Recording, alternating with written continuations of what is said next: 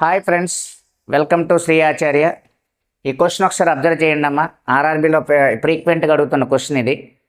So Gregor Johann Mendel is famous propounder అంటే propounding అంటే Gregor Johann Mendel అనేవాడు దేనిలో ఫేమస్ అని అడిగారు.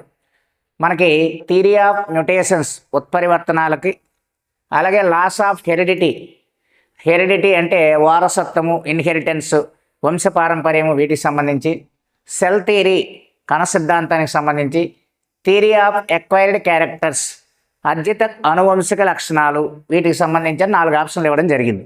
ఒకసారి ఫస్ట్ ఈయనేంటో మనం కనుక్కుంటే, గ్రెగర్ జోహన్ మెండల్ అనే అతను మనకి ఫాదర్ ఆఫ్ జెనెటిక్స్ అని కూడా అంటారు. ఆస్ట్రియా దేశానికి చెందిన ఒక చర్చ్ ఫాదర్ ఈయన ఎక్కువగా బఠానీ పీ ప్లాంట్ మీద పరిశోధనలు చేసి మనకి హెరిడిటీ వారసత్వానికి సంబంధించిన ప్రిన్సిపల్స్ అయితే ఇవ్వడం జరిగింది. ఇది మనకు తెలిసిన బిట్టే.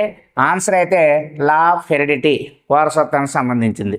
అయితే ఇక్కడ థియరీస్ ఆఫ్ మ్యూటేషన్ అంటే ఉత్పరివర్తనాలు అంటే సడన్ చేంజెస్. దేనిలో సడన్ చేంజెస్?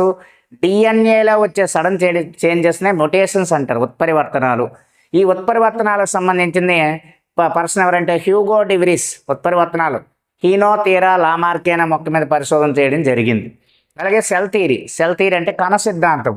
ఈ కణ సిద్ధాంతం మనం ఆల్రెడీ సెల్లను కనుక్కుంది రాబర్ట్ హుక్. సెల్ థియరీ మీద పరిశోధన చేసింది స్వీడన్ అండ్ స్వాన్ అనే 2 సైంటిస్టులు పరిశోధన చేశారు. ఈ సెల్ థియరీ అనేది కణానికి సంబంధించింది.